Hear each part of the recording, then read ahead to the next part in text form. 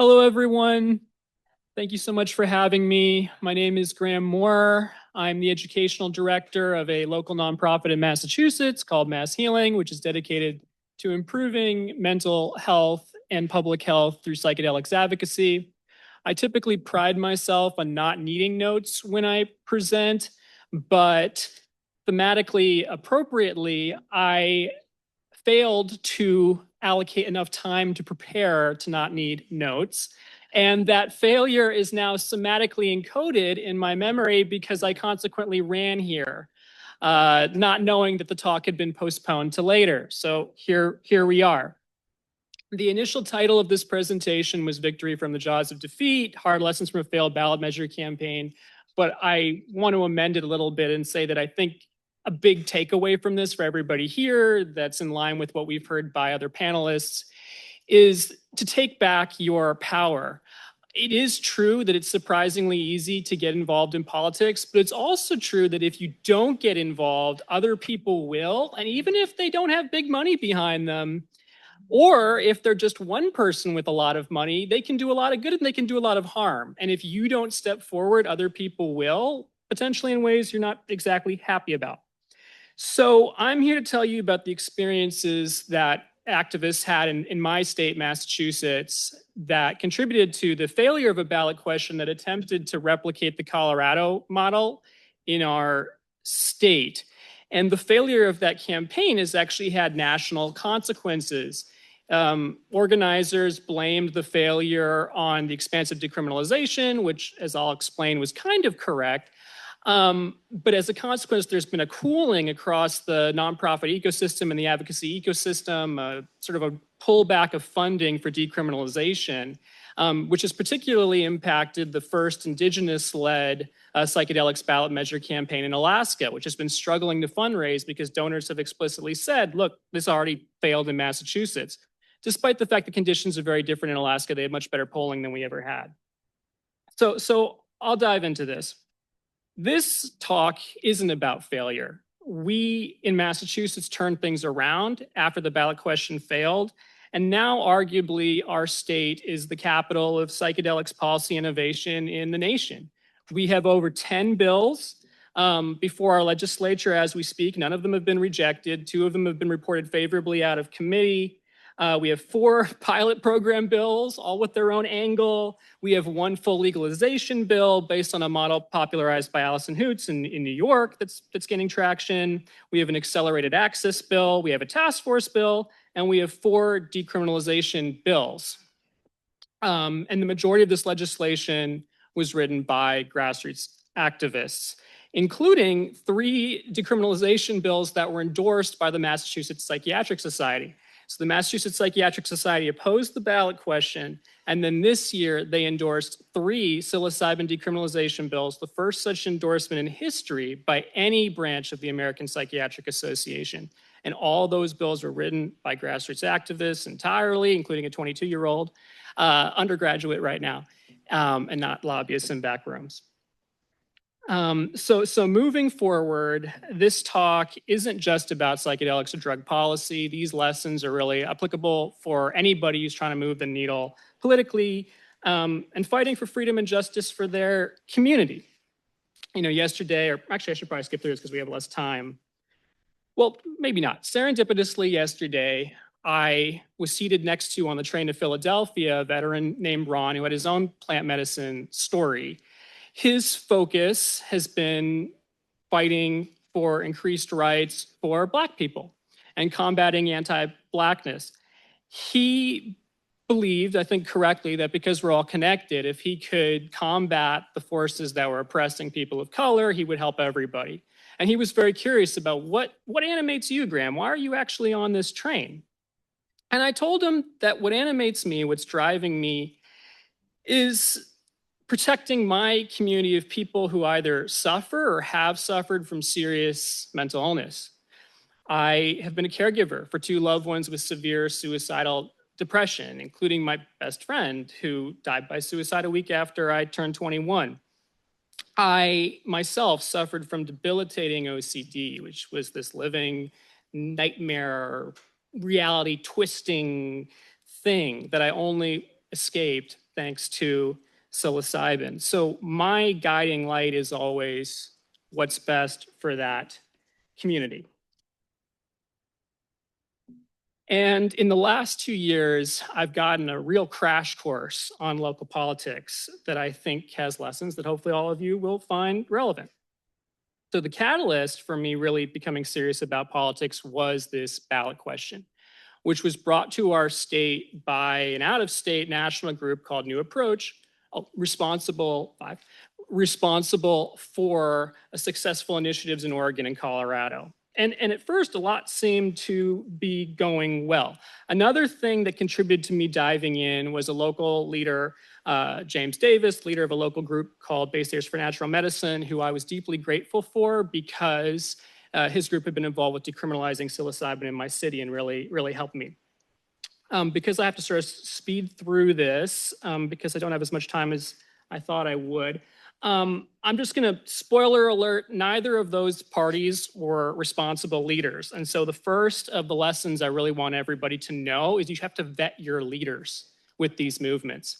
Don't take for granted just because, I mean, a lot of good people don't actually want to take charge and make decisions. It's scary to be an executive leader, but unfortunately, it's a tough job, but somebody's got to do it. And the mistakes that bad leaders can make will compound and come to bite you in the ass if you don't nip it in the bud. Excuse my language. Among those mistakes, there's a lot, so I can't get into all of them during my time here. If you want to learn more, you can go to my Substack. It's called The Other Side of the Monkey Fence, and you can read my detailed postmortem that I'm still rolling out. But the campaign chose as its primary grassroots partner, this guy Davis, who was not a veteran and had this long history of alleged unethical behavior that made him problematic. And he was seen in the legislature as this crank. But the campaign donated $35,000 directly to his nonprofit, tying our ballot committee forever to this guy who was doing unregulated psychedelic therapy in the state. At best, that decision was going to undercut the campaign's messaging focus on the regulated psychedelic therapy. But at worst, if there was a scandal, if something occurred, if he took advantage of somebody in an underground setting, then that could have really derailed the campaign with a scandal. And also that money wasn't spent giving it to a veterans organization or some other place that could have been better spent. Subsequent to this activist receiving the donation, he started campaigning against the ballot measure pretty voraciously, which led to the campaign throwing good money after bad. Up to $150,000 now in lobbying spending was spent to counter this activist that we had funded in the legislature. When I talked to people in the State House, though, supposedly he had no influence, so I don't really know why that money was spent.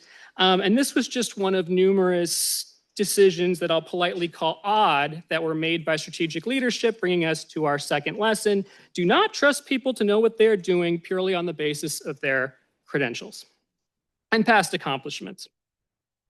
So again, skipping through some of this stuff, one of the reasons I felt confident joining the campaign and was very enthusiastic about it was because I was told that this local veteran who'd suffered PTSD and had a really amazing personal story was going to be leading the campaign.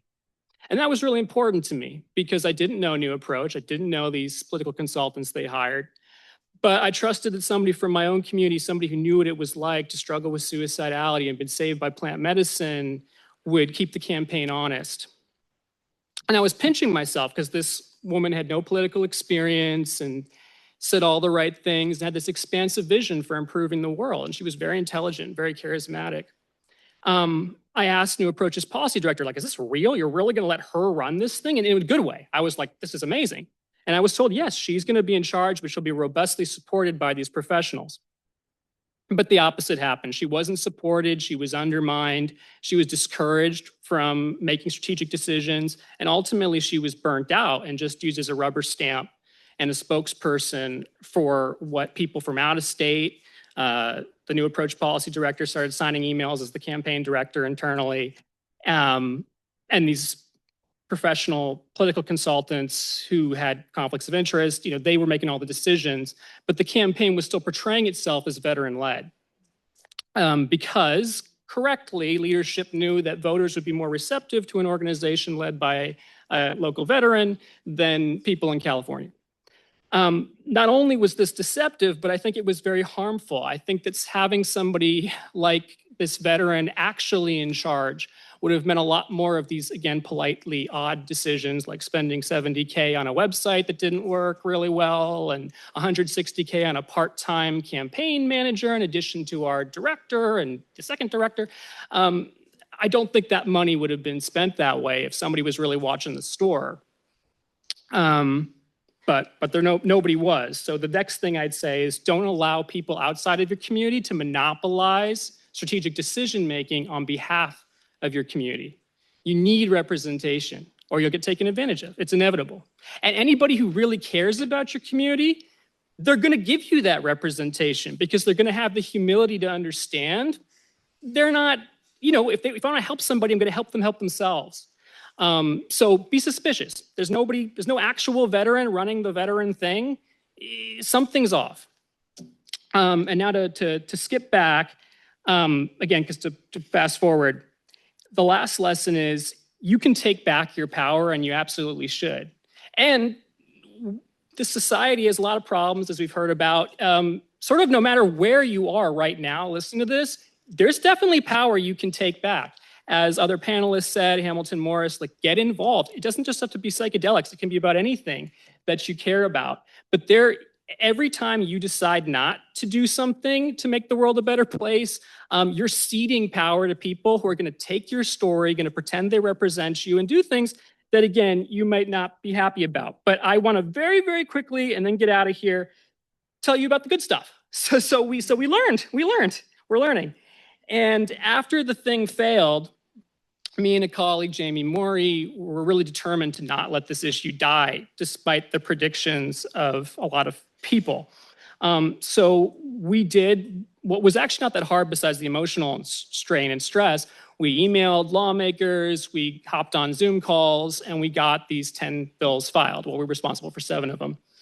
And since then, we have a lot of momentum. As I said, the Massachusetts Psychiatric Society endorsing these bills, and lawmakers now and lobbyists, the money's coming in. We're probably going to pass $200K of lobbying from corporate interests, understanding that we may very well have a regulated psychedelics program signed into law next year.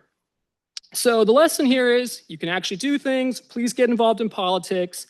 And something I really want to underline is that if we care about getting people help, veterans, people with severe depression, people with terminal illness, we have to be serious about making sure that they're not put in prison or threatened with prison by seeking help.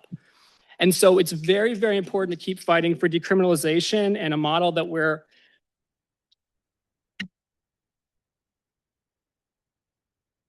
And very quickly, a model we're pioneering in Massachusetts, which is decriminalization for medical patients, I think is a really great way forward because immediately, not 2 years from now, not 5 years from now, people can get help and they can get access. People are growing mushrooms, they're giving them away for free, but right now that's illegal.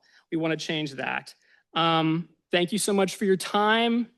Okay, there's one last problem with the campaign that I can't believe I didn't mention, and I'll be very quick, but it's so important because it's just, so the problem with what they did in terms of trying to replicate the Colorado model in Massachusetts, they didn't have the polling.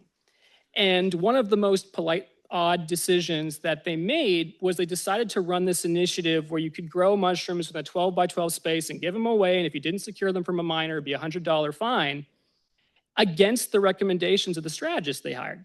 So they hired these strategists at Dewey Square Group, paid $500,000 for their expertise. And then those strategists said, this is going to be a disaster. We know Massachusetts, people aren't going to go for this. And they went with it anyway.